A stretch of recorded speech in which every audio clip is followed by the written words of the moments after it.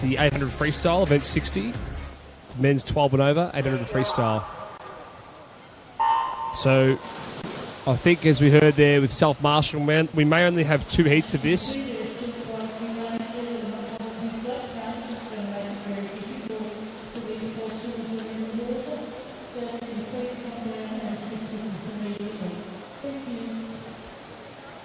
Alrighty, Chelsea, you've had a busy morning commentating this morning. Any highlights so far?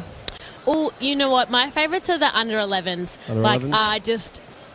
Go gooey-eyed because they're so cute and little, but, they just did 100 metres butterfly. And that's ferocious, for an under 11-year-old. Hey, such a big achievement. And they didn't even look like they were struggling whatsoever. So I'm super proud of the little swimmers. Yeah, no, definitely. It's always good to see the little guys in action. It's a great opportunity for them to be able to race at a Metro Champs, and then hopefully will lead into, for them, Victorian State Championships in March, which is about a month and a half away now. So it's a great practice swimming morning and night.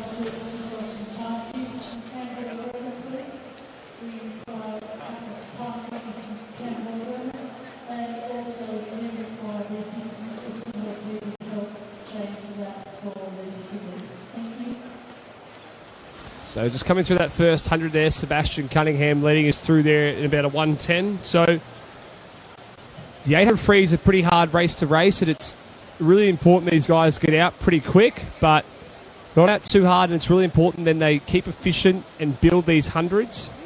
I know some coaches like to think of the 800 in blocks of 200s, so 4 200s, and you're trying to descend those into that last 200 where you're really flat out maxing it. But these guys, we've done a lot of practice in training around that efficiency and holding a certain stroke rate, holding a certain time per 50. They've been doing sets where they might be doing 24 100s, descending, 1 to 6, where they're trying to get faster. They might be doing 20 50s, things like that, holding their 800 pace.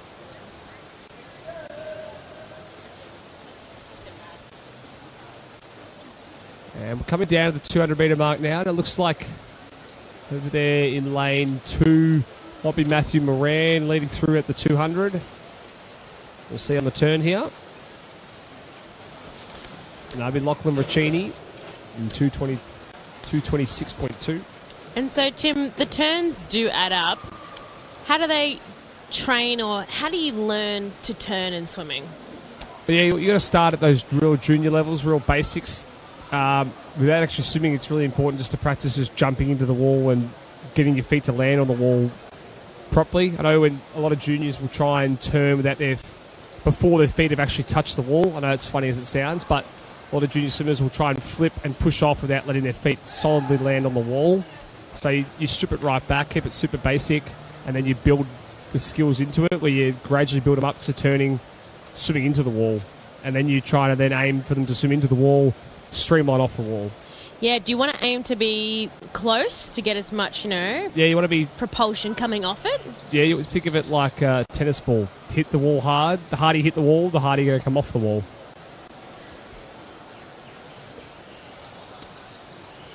And so it looks like here Lachlan Roccini's starting to pull away from the field just marginally.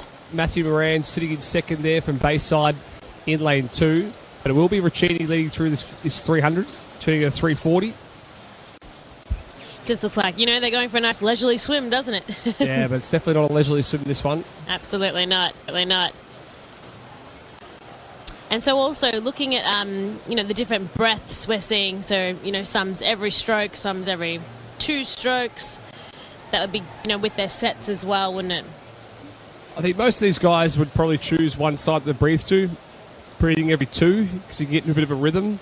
I know some swimmers like to breathe 3, but it's a bit more rare these days. Because you sort of do find as you do a lot of training that you do become one side more dominant than the other, and you do eventually become a little bit more efficient breathing to that one side. And you can see here with Lachlan Roccini how as that left arm enters, he breathes over to his right side just as that arm enters, and then that right arm comes over just as his head's coming down. So it's a really efficient stroke for him.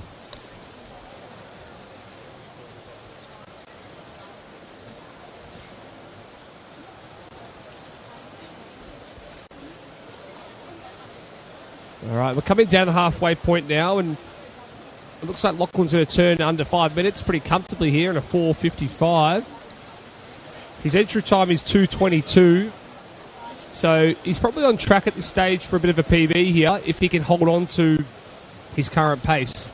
But this is always a challenge now for him, is that he's gone out pretty hard. He now has to try and hang on to that. And so do you think a focus for 800 swimmers would be consistency? Definitely. Yeah, these guys are going to be doing a lot of training, a lot of work in training. So they're not going to be doing those sprint sets where they do high intensity long rest. They're going to be doing lower intensity with short rest.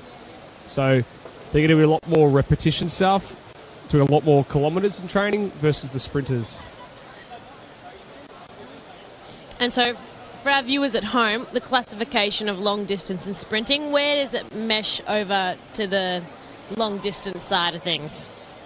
Sorry, what do you mean by that one? Sorry? So when you're talking about sprinters and long distance swimmers, yep. For the people at home, because or parents, grandparents, watching in, checking out how their swimmers going today, where does it mesh over? What classifies as short distance and this then as long distance? Okay, so look, I think sprinters are more that 50, 100, sometimes 200 is sort of more sprint group. I always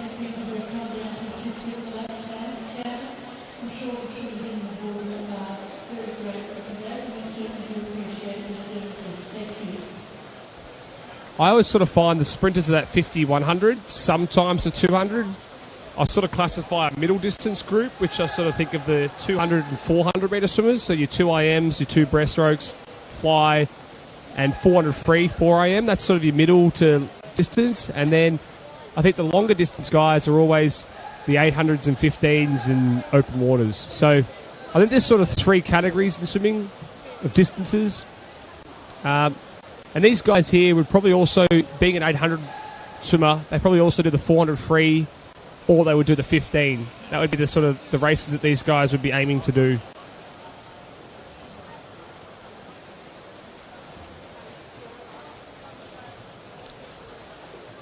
All right, so coming down the wall now, he has built up a bit of a lead now, Lachlan Ricchini. Let's see what he turns in here, and he's turning a 7:24.7. He has a solid lead over here over his teammate Liam Walker, who's turned in a 7:30. So he is 6 seconds behind him. It's going to be hard to catch him in this last 200. And sitting in third place is Matthew Moran. So he's built up a solid lead here, Lachlan Ricchini, and he is looking really smooth out there in lane 3. And as a swimmer, at this part of the race, what are you telling yourself in your mind? I think I'd be telling myself to try and descend this last 200. So I'm trying to get faster in this last 200 compared to those first 3 200s. Or, obviously, you may not actually time-wise be going faster, but if you can imagine that you're trying to descend it in terms of your effort, that is how you'd be trying to race it. Yeah, I think it's really important, the mental strength of these swimmers, because, they're out there by themselves. Yep, we've got our coaches yelling out, but really sometimes you can't hear a thing when you're in a race. Yeah, when you're racing out there in the middle of the pool especially, it's quite hard to hear. If it's a little bit quieter like today is, you may be able to hear someone yelling out sort of that girl like you hear some coaches do, but it is pretty difficult. So it looks like he's increased his lead out to 8 seconds now. So I think Lachlan Ricchini's going to take out this first heat of this 800 free. And you hear that whistle being blown there is actually a signal for the last 100. And so these guys will be starting to hurt pretty hard by now. And they've got 100 metres to go, so they're just going to put everything left in the tank in this last 100.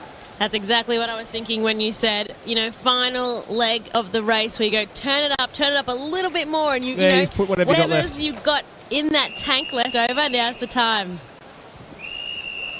It is quite hard, too, to race a long-distance race like this because often these swimmers will swim their own race and there's a lot of different age groups here. You've got 12-year-olds, 13, 14 and 15-year-olds. So the time differences between some of these guys is a big margin, and it's not easy if you're in one of these outside lanes swimming it by yourself almost. So Coming down the wall now, Lachlan Ricciuti's going to take this one out, and it's a big PB. He's just gone a 9:51, so he's just taken off about 31 seconds off his entry time. Wow. And also Liam Walker has absolutely smashed that. He's gone a 9:56. He's taken off 30 seconds. So these boys have absolutely smashed their entry times. And in third place is Lachlan Moran, who's also taken off 22 seconds. Only 22 there. So the top three there have absolutely smashed that out. Well and truly under 10 minutes there from Lachlan and Liam. So that's two really good swims by both those two boys.